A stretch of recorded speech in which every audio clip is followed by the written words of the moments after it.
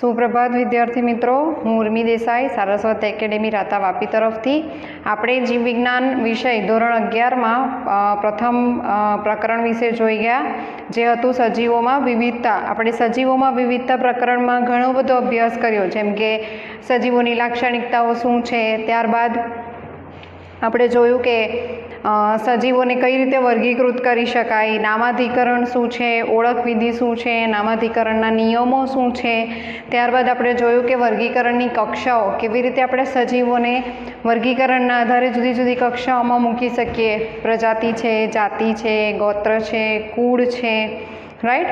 તો હવે ત્યાર પછી આપણે છેલ્લે પ્રકરણ 1 માં જોયું હતું કે સજીવોનું આપણે જો વર્ગીકરણ શીખવું હોય, સમજવું હોય તો આપણે વર્ગીકરણના ક્ષેત્રોનો અભ્યાસ કરવો પડે, જેમ કે વનસ્પતિ સંગ્રહાલય, વનસ્પતિ ઉદ્યાન, મ્યુઝિયમ, પ્રાણી ઉદ્યાન વગેરે વિશે આપણે વાતો કરી હતી, બરાબર। હવે આપણે સજીવ વિશ્વમાં જ થોડું આગળ વધીશું કે વર્ગીકરણ શું છે, કઈ રીતે વર્ગીકરણ થઈ શકે છે, આપણે જોઈ ગયા। તો હવે પ્રકરણ 2 જે છે એ પ્રકરણ 2 આપણને માહિતી આપે છે કે સજીવોનું જૈવિક વર્ગીકરણ કઈ રીતે કરવામાં આવ્યું હતું, બરાબર।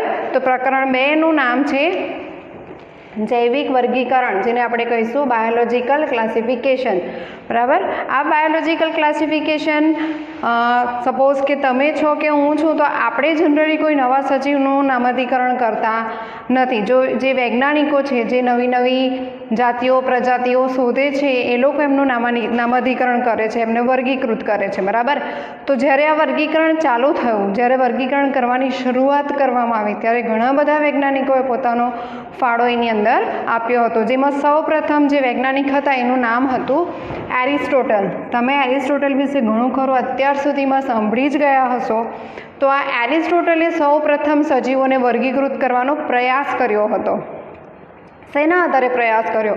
તો કે એરિસ્ટોટલે ફક્ત બાહ્ય રચનાકીય લક્ષણોને આધારે, બાહ્ય રચનાકીય લક્ષણો એટલે શું? ઉદાહરણ તરીકે તમે કોઈ 2 જણાને જોવો છો અને હું એવું કહું કે એ 2 જણા વિશે વર્ગીકરણ આપો, તો તમે શું કહેશો? એના લક્ષણો કે ભાઈ આણે આ કલરના કપડાં પહેર્યા છે, આણે આ કલરના કપડાં પહેર્યા છે, આની હાઇટ વધારે છે, આની હાઇટ ઓછી છે। એવી જ રીતે એરિસ્ટોટલે જ્યારે સૌપ્રથમ વર્ગીકૃત કર્યા સજીવોને, તો એને જે દેખાયું, જે બાહ્યકીય રચનાના લક્ષણો છે જે દેખાયા, એના આધારે એણે સજીવોને વર્ગીકૃત કર્યા, જેમાં એણે સજીવોને 2 સૃષ્ટિ એટલે કે વનસ્પતિ અને પ્રાણી એ રીતે વર્ગીકૃત કર્યા। ત્યારબાદ વનસ્પતિઓની બાહ્યકીય રચનાને આધારે વનસ્પતિઓને છોડ, ક્ષુપ અને વૃક્ષ તરીકે વર્ગીકૃત કર્યા। જ્યારે પ્રાણીઓને એરિસ્ટોટલે લાલ રંગનું રુધિર ધરાવતા પ્રાણીઓ અને લાલ રંગનું રુધિર ધરાવતા નથી એવા પ્રાણીઓમાં વર્ગીકૃત કર્યા। હવે લાલ રંગનું રુધિર ધરાવતા પ્રાણીઓ એટલે તમે ઘણા બધા ઉદાહરણ લઈ શકો। આપણે છે, હાથી છે, ઘોડા છે, કૂતરો છે, બિલાડી છે, આ બધા પ્રાણીઓમાં તમને લાલ રંગનું રુધિર દેખાશે। એવા કયા પ્રાણીઓ છે કે જેમાં રુધિરનો રંગ લાલ નથી? આ તમારું હોમવર્ક છે, તમારે શોધવાનું છે કે એવા કયા પ્રાણીઓ છે કે જેમનામાં રુધિરનો રંગ લાલ રંગનો નથી। જો તમને ના મળે તો હું નેક્સ્ટ લેક્ચરમાં તમને ચોક્કસ જણાવીશ। ત્યાર પછી એરિસ્ટોટલની જે વર્ગીકરણ પદ્ધતિ છે એ એટલી સફળ નીવડી નહીં, કારણ કે એમાં ફક્ત સજીવોની બાહ્ય રચનાઓનો જ સમાવેશ કરવામાં આવ્યો હતો। ત્યાર પછી કેરોલસ લિનિયસ, જે આપણે ઓળખીએ જ છે કેરોલસ લિનિયસને, જેણે દ્વિનામી નામકરણ પદ્ધતિ આપી હતી, એ કેરોલસ લિનિયસે ફરી પાછું સજીવોનું વર્ગીકરણ, સજીવોનું નામકરણ કઈ રીતે કરવું એ સમજાવ્યું હતું, અને એણે સજીવોનું વર્ગીકરણ કરવા માટે પણ પદ્ધતિ આપી હતી, જેનું નામ છે દ્વિનામી નામકરણ પદ્ધતિ, દ્વિનામી વર્ગીકરણ પદ્ધતિ। આ દ્વિનામી વર્ગીકરણ પદ્ધતિ ઘણા સમય સુધી ઉપયોગમાં લેવાતી રહી, પણ દ્વિનામી વર્ગીકરણ પદ્ધતિનો એક ડ્રોબેક હતો, એક ખામી હતી। તો એ ખામી શું હતી? તો કે કેરોલસ લિનિયસ સજીવો કેવા છે? આદિકોષ કેન્દ્રી છે, સુકોષ કેન્દ્રી છે, એકકોષી છે, બહુકોષી છે, પ્રકાશ સંશ્લેષી છે કે અપ્રકાશ સંશ્લેષી છે, એ વિશે ભેદ દર્શાવતા નથી। કેરોલસ લિનિયસે જે સજીવોનું વર્ગીકરણ કર્યું એ વર્ગીકરણ એણે દ્વિસૃષ્ટિ વર્ગીકરણ કર્યું। દ્વિસૃષ્ટિ વર્ગીકરણ એટલે કે એવું વર્ગીકરણ આપણે એવું માનીએ કે એણે વનસ્પતિ અને પ્રાણીઓ એવી રીતે બે વર્ગીકરણમાં બે ભાગોમાં વિભાજિત કર્યા સજીવોને. પણ જ્યારે એણે સજીવોને બે ભાગોમાં વિભાજિત કર્યા ત્યારે એણે આ જે લક્ષણો છે કે સજીવ કેવું છે, આદિકોષ કેન્દ્રી છે કે સુકોષ કેન્દ્રી. હવે આદિકોષ કેન્દ્રી શબ્દ અને સુકોષ કેન્દ્રી શબ્દ તમે ધોરણ 8, 9, 10માં સાંભળી જ આવ્યા છો, જેને આપણે પ્રોકેરિયોટ્સ અને યુકેરિયોટ્સ એવું કહીએ છીએ, બરાબર. પ્રોકેરિયોટ્સ એટલે કે જેમની અંદર સુઆયોજિત કોષ કેન્દ્ર આવેલું નથી, એમના જનીનદ્રવ્યને શું કહેવાશે? ન્યુક્લિયોઇડ.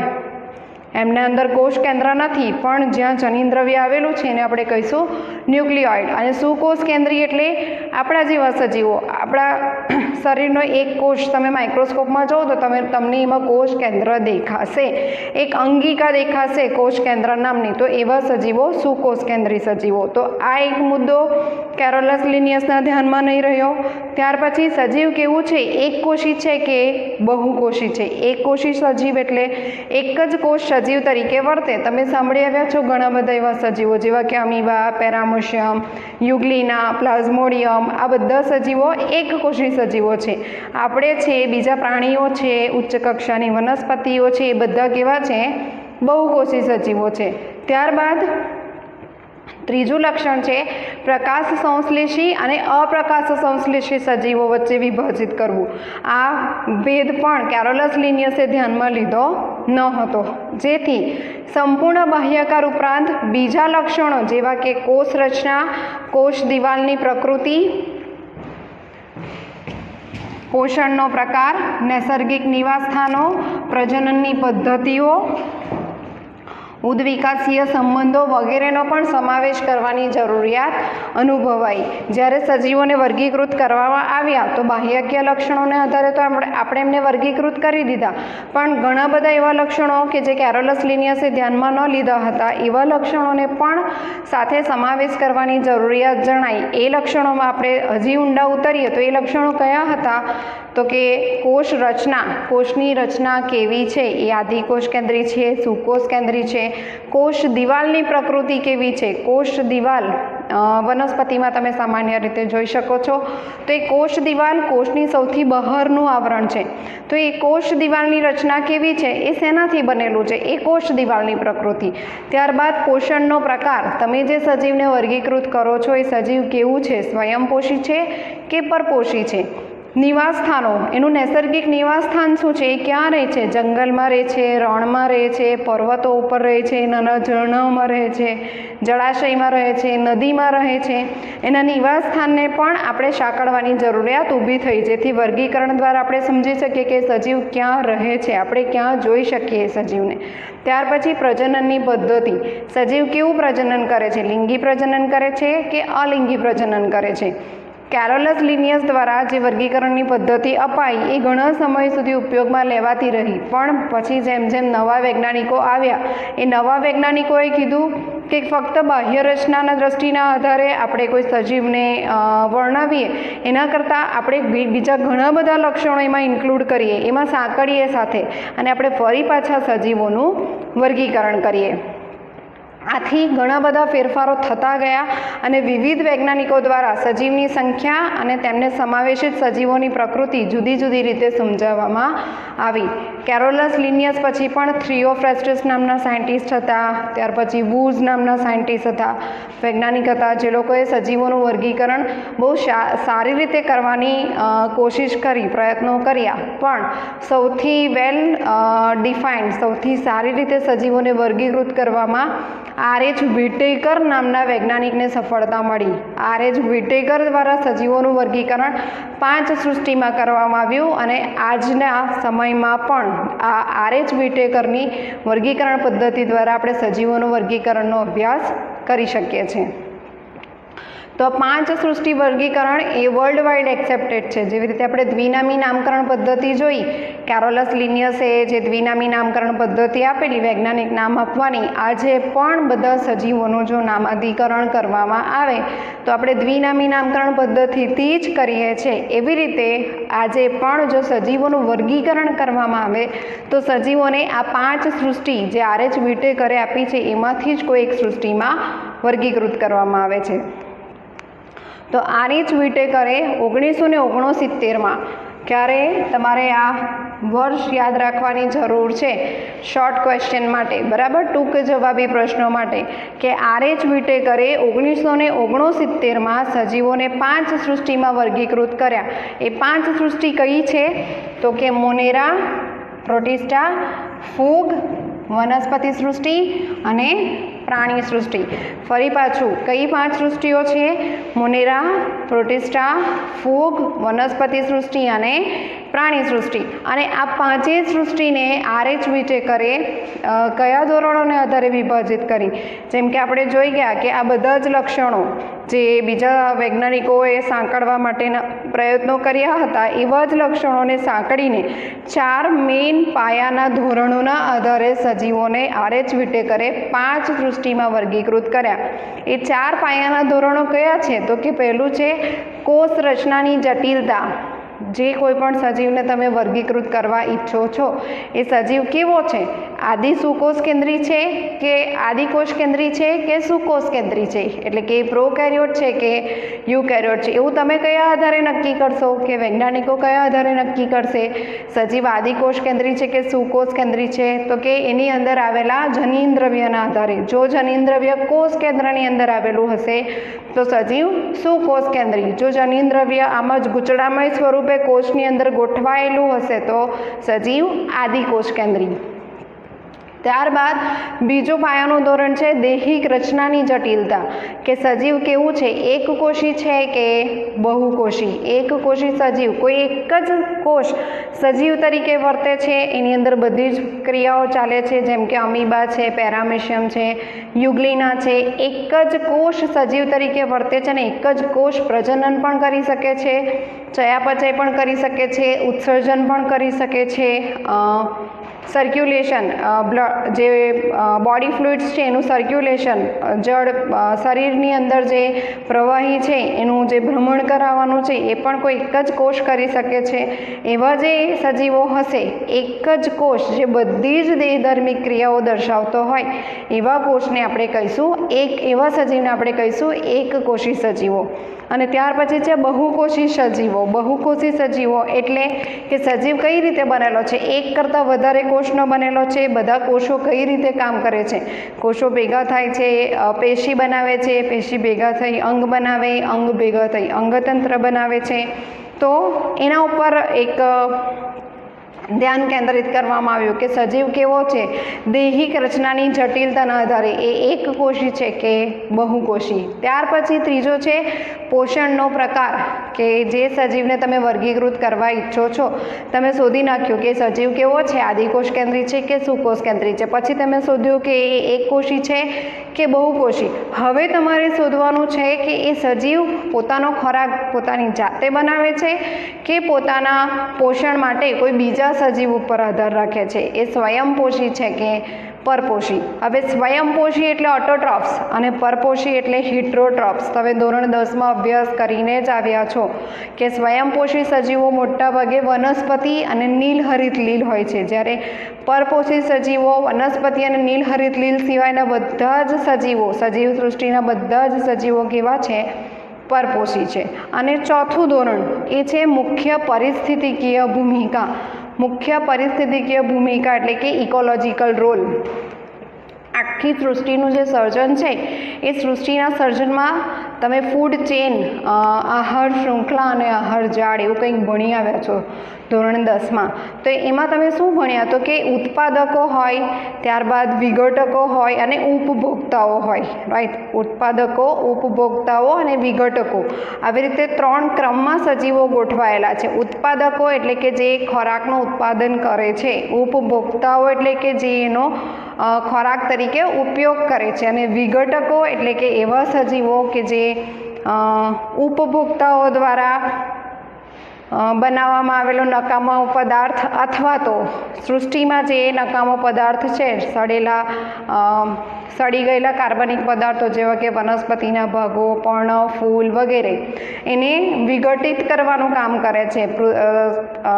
પૃથ્વીના લેયરમાં ફરી પાછું એને ઉમેરવાનું કામ કરે છે, બરાબર? તો તમે જે સજીવને અત્યાર સુધી વર્ગીકૃત કરતા આવ્યા કોષ રચનાની જટિલતાના આધારે, દૈહિક રચનાની જટિલતાના આધારે, પોષણના પ્રકારના આધારે હવે આપણે એમને છેલ્લે વર્ગીકૃત કરવાના છે કે સજીવ કેવું છે.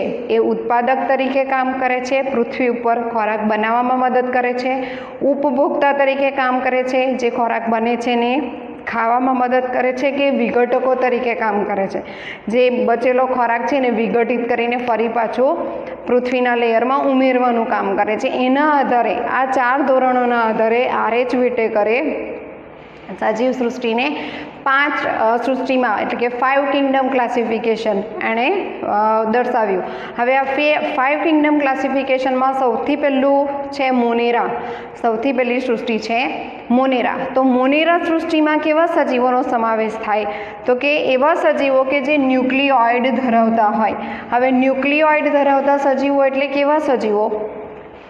આપણે અત્યારે જ વાત કરી ગયા આદિકોષ કેન્દ્રી અને સુકોષ કેન્દ્રી કોને કહીશું? તો કે જેની અંદર ન્યુક્લિયસ આવેલું છે. ન્યુક્લિયસ એટલે કે કોષ કેન્દ્ર, જેનું જનીન્દ્રવ્ય પટલમય અંગિકાની અંદર આમ બંધ થયેલું છે, બરાબર પેક થયેલું છે. આપણે આપણો કોષ માઇક્રોસ્કોપમાં જોઈએ તો આપણને દેખાશે અંદર એક સર્કલ કે જેને આપણે કોષ કેન્દ્ર કહીશું.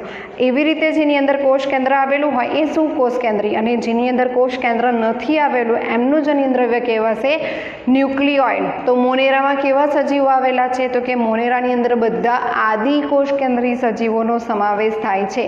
કેમ આદિકોષ કેન્દ્રી? કારણ કે એમનું જનીન્દ્રવ્ય એ ન્યુક્લિયોઇડ સ્વરૂપે આવેલું છે. ત્યારબાદ મોનેરા સૃષ્ટિની અંદર જે સજીવોનો સમાવેશ થયો એ બધા સજીવો કેવા છે? તો કે પટલમય અંગિકા વિહીન. હવે આ પટલમય અંગિકા એટલે શું? ધોરણ 10માં તમે સાંભળ્યું પટલમય અંગિકા અને પટલ વિહીન અંગિકા. પટલમય અંગિકા એટલે કે કોષની અંદર આવેલી રચનાઓ, બરાબર. તો એવી ઘણી બધી રચનાઓ છે કે જે પોતાની આજુબાજુ પટલ ધરાવે છે, બરાબર. ઉદાહરણ તરીકે કણપસૂત્ર, હરિતદ્રવ્ય, Golgi complex, Golgi body, Golgi કાય, બરાબર, લાઇસોઝોમ.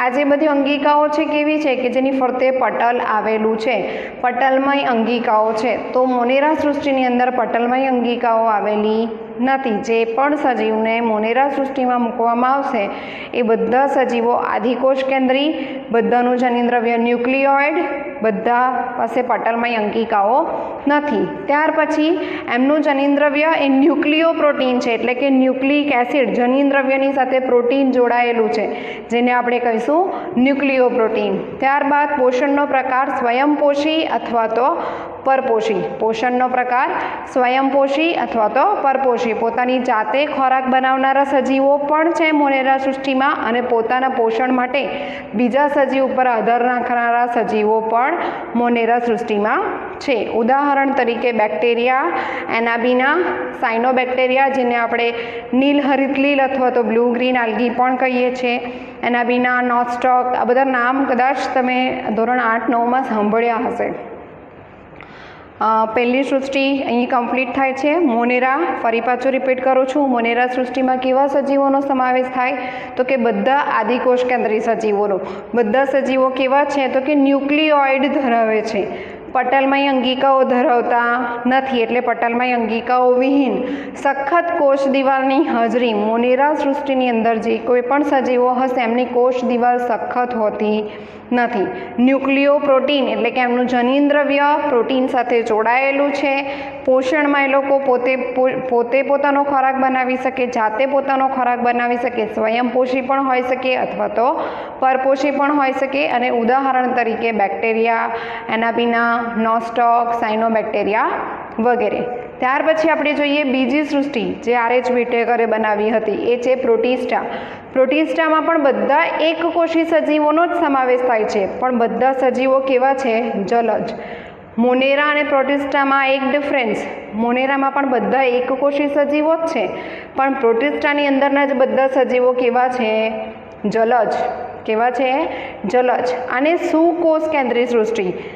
મોનેરાની સૃષ્ટિ કેવી હતી? આદિકોષ કેન્દ્રી સૃષ્ટિ, પ્રોકેરિયોટ્સ, અને અહીંયા બધા કેવા છે? યુકેરિયોટ્સ. પ્રોટિસ્ટાની અંદર પણ એકકોષી સજીવો જ છે, પણ બધા સજીવો કેવા છે? સુકોષ કેન્દ્રી એટલે કે યુકેરિયોટિક ઓર્ગેનિઝમ્સ આવેલા છે. સુયોજિત કોષ કેન્દ્ર ધરાવે છે અને પટલમય અંગિકાઓ પણ ધરાવે છે. પ્રોટિસ્ટાની અંદર જે સજીવો આવેલા એ સજીવોને તમે માઇક્રોસ્કોપમાં જુઓ તો તમે કોષ કેન્દ્ર જોઈ શકો છો, અને ઇલેક્ટ્રોન માઇક્રોસ્કોપમાં જુઓ તો તમે પટલમય અંગિકાઓ, કણપસૂત્ર, એન્ડોપ્લાઝમિક રેટિક્યુલમ, અંતઃકોષરસ જાળ, લાઇસોઝોમ જેવી અંગિકાઓ પણ તમે જોઈ શકો છો. સ્વયંપોષી કે પરપોષી? પ્રોટિસ્ટાના પણ સજીવો કેવા છે? પ્રોટિસ્ટા સૃષ્ટિમાં આવતા સજીવો સ્વયંપોષી કે પરપોષી, પોતાનો ખોરાક જાતે બનાવી શકે એવા સજીવો પણ છે, અને પોતાના ખોરાક માટે બીજા સજીવો ઉપર આધાર રાખે એવા સજીવોનો પણ પ્રોટિસ્ટા સૃષ્ટિમાં સમાવેશ કરવામાં આવ્યો છે. ઉદાહરણ તરીકે યુગ્લીના ધોરણ 9માં તમે કદાચ એનો ફોટોગ્રાફ જોયો હોય. ડાયનોફ્લેજેલેટ્સ, અમીબા અને પેરામિશિયમ તો આપણા મિત્ર છે. દર વખતે તમે વિજ્ઞાન ભણો એટલે અમીબા અને પેરામિશિયમ તો આવે જ, બરાબર. ત્યાર પછી ત્રીજી સૃષ્ટિ છે ફૂગની સૃષ્ટિ. ત્રીજી સૃષ્ટિ છે ફૂગની સૃષ્ટિ. ફૂગમાં બહુકોષીય સજીવો, એક કોષીય સજીવો પણ હશે, પણ બહુ રેર, અપવાદરૂપ. ઈસ્ટ છે, ઈસ્ટ તમે કદાચ સાંભળી હોય, તમે ઘરે દહીં ખાઓ છો બધા, દહીંની અંદર ઈસ્ટ નામના બેક્ટેરિયા, ઈસ્ટ નામની ફૂગ રહેલી છે, બરાબર. એ ફૂગ છે, પણ એ એક કોષી ફૂગ છે. મોટાભાગની બધી ફૂગ બહુકોષી છે. બહુકોષી એટલે એક કરતાં વધારે કોષોની બનેલી છે. ત્યારબાદ ફૂગ એક એવી સૃષ્ટિ છે તો કે વિઘટક સૃષ્ટિ છે. વિઘટક એટલે મેં અત્યારે તમને વાત કરી કે જે કંઈક વિઘટન કરવાનું કામ કરે છે. ફૂગ શેનું વિઘટન કરવાનું કામ કરે? ઉદાહરણ તરીકે તમારા ઘરમાં લીંબુ તમે જોયા હશે, લીંબુ બગડી જાય, બરાબર, તો એ લીંબુની ઉપર તાતણામાં ગ્રીન કલરની, લીલા રંગના તાતણા તમને લીંબુની ઉપર જોવા મળે, તો એ ફૂગ છે. ફૂગ શું કરે? લીંબુના વિઘટનની ક્રિયામાં મદદરૂપ થાય. તમારા ઘરમાં વાસી રોટલી છે, વાસી બ્રેડ છે, 2-3 દિવસ તમે કશે ફરવા ગયા અને ડબ્બામાં રહી ગયા, કાઢવાનું તમે ભૂલી ગયા, તમે આવીને જોશો તો એના ઉપર ફૂગે પોતાનો સામ્રાજ્ય સ્થાપી દીધું હશે. એ ફૂગ એ જે તમારો કાર્બનિક પદાર્થ છે એને વિઘટન કરવાનું ચાલુ કરી દેશે, બરાબર. તો ફૂગ એ વિઘટક સૃષ્ટિ છે. ફૂગ મોટાભાગે વિઘટનની પ્રક્રિયામાં પર્યાવરણમાં ભાગ ભજવે છે. ફૂગ કેવી હશે? તો જે રીતે આપણે વાત કરી ગયા, એક કોષી હશે અથવા તો બહુકોષી હશે, અને એની કોષ દિવાલ કાઇટિનની બનેલી હશે. કોષ દિવાલ, આ શબ્દ મિત્રો તમારે ખાસ યાદ રાખવાનો કે ફૂગની કોષ દિવાલ શેની બનેલી છે? તો કે ફૂગની કોષ દિવાલ કાઇટિનની બનેલી છે. અને ફૂગ કેવી હશે? તો કે પરોપજીવી અથવા તો મૃતોપજીવી. હવે પરોપજીવી એટલે શું? શબ્દ પરથી પરજીવી, પરોપજીવી, બીજાના ઉપર આધાર રાખીને જીવે છે એવી હશે, ક્યાં તો મૃતોપજીવી. મૃતોપજીવી એટલે કે જે સજીવ શરીર, સજીવનો દેહ હશે, મૃત પામ્યો હશે, એના ઉપર ખોરાક મેળવીને પોતાનું જીવનચક્ર પૂરું કરવાવાળી ફૂગો પણ જોવા મળે છે. એટલે ફૂગમાં મુખ્ય 2 પ્રકાર જ જોવા મળે: પરોપજીવી ફૂગ અથવા તો મૃતોપજીવી ફૂગ, બરાબર. ત્યાર પછી લિંગી પ્રજનનમાં ભ્રૂણનું નિર્માણ થતું નથી. 2 પ્રકારના પ્રજનન આવે. ધોરણ 10માં તમે અભ્યાસ કર્યો હશે, પ્રકરણ નંબર 8માં, બરાબર, કે પ્રજનનના 2 પ્રકાર છે, લિંગી પ્રજનન અને અલિંગી પ્રજનન. ફૂગ અલિંગી પ્રજનન પણ કરે છે બીજાણુઓ સર્જીને, પણ જો ફૂગ લિંગી પ્રજનન કરે તો નર અને માદાના ફલન બાદ ભ્રૂણનું નિર્માણ થતું નથી. ફલિતાંડ બનશે પણ ફલિતાંડનો વિકાસ થઈને ભ્રૂણનું નિર્માણ થતું નથી સૃષ્ટિ ફૂગની અંદર. ત્યારબાદ ઉદાહરણ જોઈએ તો ઈસ્ટ, મ્યુકર અને મશરૂમ. મશરૂમ તો બહુ કોમન ફૂગ છે, તમે જોઈ જ હશે, જેને આપણે બિલાડીનો ટોપ તરીકે પણ ઓળખીએ છીએ. અને આજકાલ તો તમે રેસ્ટોરન્ટમાં જાઓ તો મશરૂમની ડિશિસ પણ તમને મળે છે ખાવા માટે, બરાબર. ત્યારબાદ મ્યુકર. મ્યુકર પણ બહુ કોમન ફંગી છે, બહુ સામાન્ય ફૂગ છે. તમને તમારા ઘરે રોટલી કે બ્રેડનો ટુકડો 4-5 દિવસનો વાસી પડ્યો હશે તો એના ઉપર પણ તમને મ્યુકર જોવા મળે. ઈસ્ટ એ માઇક્રોસ્કોપમાં જોવી પડે તમારે, સૂક્ષ્મદર્શક યંત્રનો ઉપયોગ કરીને, કારણ કે એ એક કોષી ફૂગ છે, એને તમે એમને એમ જોઈ શકશો નહીં, બરાબર. એ સિવાય બીજી ફૂગનું ઉદાહરણ આપો તમને. તમે ગાયનું છાણ જોયું હશે હમણાં ચોમાસામાં, ખાસ રસ્તા ઉપર પડ્યું હોય તો એના ઉપર લીલા રંગની ફૂગ ઉગે છે, જોઈ હશે તમે કદાચ. લીલા રંગની ફૂગ એ મોટા ભાગે પેનિસિલિયમ પ્રજાતિની છે. બીજું એક ઉદાહરણ જોઈએ તો અત્યારે ચોમાસાની સિઝનમાં તમારી ઘરે મમ્મી ડુંગળી લાવતા હશે, કાંદા, અનિયન, રાઈટ? તો એ અનિયનને જ્યારે તમે કટ કરો તો કોઈક વાર એવું થાય કે એને બહારના લેયરમાં બ્લેક કલરનો પાવડર જેવો લાગે છે તમારા હાથમાં. એ બ્લેક કલરનો જે પાવડર જેવો છે એ પણ ફૂગ છે, બરાબર? તો 3 સૃષ્ટિ આપણે જોઈ. પહેલી સૃષ્ટિ આપણે જોઈ મુનેરા, બીજી જોઈ પ્રોટિસ્ટા, ત્રીજી જોઈ ફૂગ. હવે વનસ્પતિ સૃષ્ટિ અને પ્રાણી સૃષ્ટિથી તો આપણે ઘણા બધા વાકેફ છે. આપણી આજુબાજુ તમે સજીવોને જો વર્ગીકૃત કરો તો તમે મોટાભાગના સજીવોને વનસ્પતિ અને પ્રાણીમાં જ વર્ગીકૃત કરશો. તો પહેલી ચોથી સૃષ્ટિ છે વનસ્પતિ સૃષ્ટિ. વનસ્પતિ સૃષ્ટિ કેવી છે? તો કે બહુકોષીય ઉત્પાદક સૃષ્ટિ છે. આપણે વાત કરી રહ્યા ઉત્પાદક કોને કહેવાય? કે જે ખોરાકનું ઉત્પાદન કરે છે. એટલે વનસ્પતિ સૃષ્ટિ કેવી છે? તો કે ખોરાક બનાવે એવી સૃષ્ટિ છે. અને સજીવો કેવા છે વનસ્પતિ સૃષ્ટિમાં? તો કે બધા બહુકોષીય. તમે એવી કોઈ વનસ્પતિ જોઈ છે કે એક જ કોષ હોય? બરાબર? એવી વનસ્પતિઓ બહુ ઓછી જોવા મળશે. લીલમાં તમે એવું જોઈ શકો, લીલ વનસ્પતિ સૃષ્ટિમાં આવશે. લીલ એક કોષી પણ હોઈ શકે અને બહુકોષી પણ હોઈ શકે. પણ બીજી જેટલી પણ વનસ્પતિઓ તમે તમારા ઘરની આજુબાજુ જોશો, દ્વિઅંગી હોય, ત્રિઅંગી હોય, આવૃત બીજધારી હોય કે અનાવૃત બીજધારી હોય, બધી જ વનસ્પતિઓ કેવી છે? તો કે બહુકોષી છે. ઘણા બધા કોષોની બનેલી વનસ્પતિનો દેહ છે. અને વનસ્પતિ સૃષ્ટિનો મુખ્ય ભૂમિકા, મુખ્ય રોલ શું છે પૃથ્વી ઉપર સજીવ સૃષ્ટિમાં? તો કે ઉત્પાદક સૃષ્ટિ તરીકે વર્તે છે. જો વનસ્પતિ નહીં હોય તો તમે ઇમેજિન કરો, વિચારી જો કે બાકીના બધા સજીવો હોય પૃથ્વી ઉપર, આપણે હોઈએ ના હોઈએ? કારણ કે આપણે બધા ડાયરેક્ટ કે ઇનડાયરેક્ટ રીતે વનસ્પતિ સાથે સંકળાયેલા છે આપણા પોષણના માધ્યમ તરીકે, બરાબર? ત્યારબાદ વનસ્પતિઓ કેવી હોય? તો કે વનસ્પતિ જલજ પણ હોઈ શકે અને સ્થળજ પણ હોઈ શકે. જલજ એટલે પાણીમાં રહેતી વનસ્પતિ પણ હોઈ શકે અને જમીન પર રહેતી વનસ્પતિ પણ હોઈ શકે. વનસ્પતિમાં પોષણ પ્રકાર કયો હશે? તો કે સ્વયંપોષી. બધી જ વનસ્પતિ પ્રકાશ સંશ્લેષણ કરે છે, પોતાનો ખોરાક પોતાની જાતે બનાવે છે. તો એવી વનસ્પતિઓને આપણે કહીશું સ્વયંપોષી. એટલે કે વનસ્પતિ સૃષ્ટિ મોટાભાગે સ્વયંપોષી જ છે. ત્યારબાદ વનસ્પતિનો દેહ કેવો હશે? તો કે વનસ્પતિનો દેહ સરળ અથવા તો મૂળ પ્રકાંડ અને પર્ણમાં વિભાજિત હશે. સરળ એટલે કે તમે લીલ જોઈ છે તમારી ઘરે? અત્યારે ચોમાસાનું વાતાવરણ ચાલે છે, ઘરની આજુબાજુ પાર્કિંગ એરિયા હોય તો જોજો એમ આખી ચાદર જેવી ફેલાઈ જાય એક સિંગલ લેયરમાં, રાઈટ? એક જ સ્તરમાં. અને તમે એને જો માઇક્રોસ્કોપમાં જુઓ તો તમે એક કોષી એટલે કે સરળ સ્વરૂપે એને જોઈ શકો છો. બહુ એકદમ સીધી સિમ્પલ સાદી રચના છે એની. એને આપણે કહીશું સુકાય, બરાબર? અને એ સિવાય આપણે વનસ્પતિમાં મૂળ પ્રકાંડ અને પર્ણ તો જોઈ જ શકીએ છીએ, બહુ સામાન્ય છે. ત્યારબાદ છે કે વનસ્પતિની કોષ દિવાલ સેલ્યુલોઝની બનેલી છે. વનસ્પતિની કોષ દિવાલ સેલ્યુલોઝની બનેલી છે. આગળ આપણે જોઈ ગયા કે ફૂગની કોષ દિવાલ કાઇટિનની બનેલી છે. હવે તમારે યાદ રાખવાનું રહેશે કે વનસ્પતિની કોષ દિવાલ સેલ્યુલોઝની બનેલી છે. અને વનસ્પતિ લિંગી અને અલિંગી પ્રજનન બંને કરી શકે છે. વનસ્પતિના અલિંગી પ્રજનનને આપણે વાનસ્પતિક પ્રજનન કહીએ છીએ. ધોરણ 10માં તમે જોયું હશે.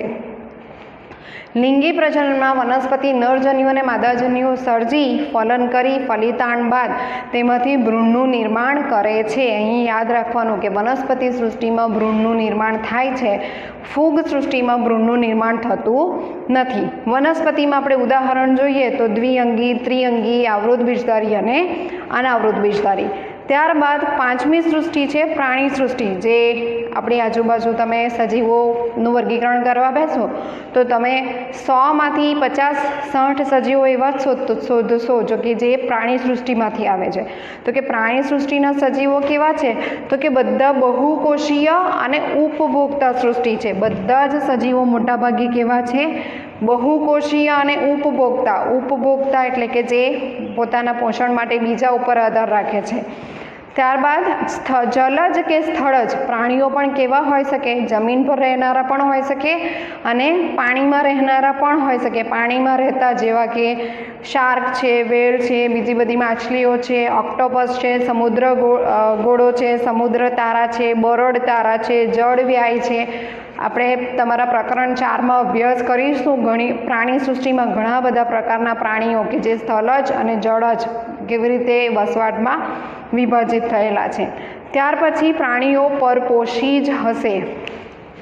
હોય જ છે, હશે નહીં, હોય જ છે. દરેકે દરેક પ્રાણી કે જે પૃથ્વી ઉપર અસ્તિત્વ ધરાવે છે, બધા જ પ્રાણીઓ, વનસ્પતિ નહીં, પ્રાણીઓ કેવા છે?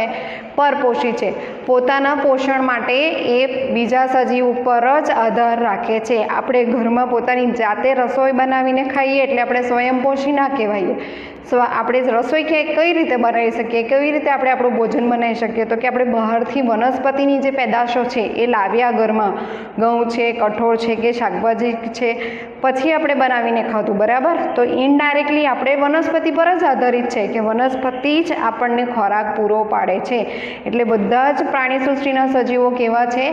પરપોષી છે. ત્યારબાદ દરેકે દરેક સજીવ, પ્રાણી સૃષ્ટિનો દરેકે દરેક સજીવ તેના દેહ, તેના બંધારણ અને તેની જેટલી પણ જૈવિક પ્રક્રિયા છે એમાં વિવિધતા દર્શાવે છે. એટલે શું? સપોઝ કે હું છું અને મારી સામે ગાય છે, તો અમે બંને પ્રાણી સૃષ્ટિમાં આવીએ, પણ મારી અંદર મારા લક્ષણો કંઈક અલગ છે અને ગાયની અંદર ગાયના લક્ષણો અલગ છે. મારી જેવી ક્રિયાઓ કંઈક અલગ ચાલતી હશે, ગાયની જેવી ક્રિયાઓ કંઈક અલગ ચાલતી હશે. તો આ તો ખાલી મારું અને ગાયનું એક્ઝામ્પલ, ઉદાહરણ. એવા તમે બધા જ સજીવોને જો કમ્પેર કરો તો બધા જ સજીવોમાં તમને આ વિવિધતા જોવા મળે. ત્યારબાદ કોષ દિવાલનો અભાવ. પ્રાણી સૃષ્ટિની અંદર કોષ દિવાલ આવેલી નથી. આપણા કોષોની અંદર, તમે આપણા કોષોને જો તમારો પ્રેક્ટિકલ છે ગાલના કોષોનો અભ્યાસ, પ્રાણી કોષોનો અભ્યાસ સૂક્ષ્મદર્શક યંત્રમાં, બરાબર? તો એમાં તમે જોશો તો આપણે આપણા ગાલના કોષોમાં કોષ દિવાલ જોઈ શકતા નથી. આપણી પાસે ફક્ત કોષરસ સ્તર આવેલું છે. ત્યારબાદ પ્રાણીઓ મોટા ભાગે લિંગી પ્રજનન કરે છે. જે ઉચ્ચ કક્ષાના પ્રાણીઓ છે બધા લિંગી પ્રજનન કરશે. અને પ્રાણી સૃષ્ટિ પ્રકરણ 4માં આપણે અભ્યાસ કરીશું. બહુ બધા સમુદાયો, બહુ બધા વર્ગ છે પ્રાણી સૃષ્ટિમાં, જેમાં કોષ્ઠાંત્રી, પૃથુકૃમિ, નુપુરક, ઉભયજીવી, સસ્તન, વિહંગ, મેરુદંડી, પૃષ્ઠવંશી પ્રાણીઓ, ઘણા બધા પ્રકારના પ્રાણીઓ વિશે આપણે અભ્યાસ કરીશું. જેમાંથી આપણે વનસ્પતિ સૃષ્ટિ અને પ્રાણી સૃષ્ટિનો એકદમ ડિટેલમાં અભ્યાસ કરીશું. જ્યારે કે મોનેરા, પ્રોટિસ્ટા અને ફૂગ વિશે આપણે થોડું ઘણું જ્ઞાન મેળવીશું. તો મિત્રો, આજે પ્રકરણ 2માં આપણે જૈવિક વર્ગીકરણ વિશે એનો ઇતિહાસ જોયો અને કઈ વર્ગીકરણ પદ્ધતિ આજના તબક્કે પણ વાપરવામાં આવે છે અને શેના આધારે સજીવોને વર્ગીકૃત કરવામાં આવે છે એ આપણે જોયું. મિત્રોનો સ્ક્રીનશોટ લઈ લો, તમારી નોટ્સમાં લખજો અને જેથી કરીને તમે એને શોર્ટમાં વાંચી શકો. આવજો મિત્રો.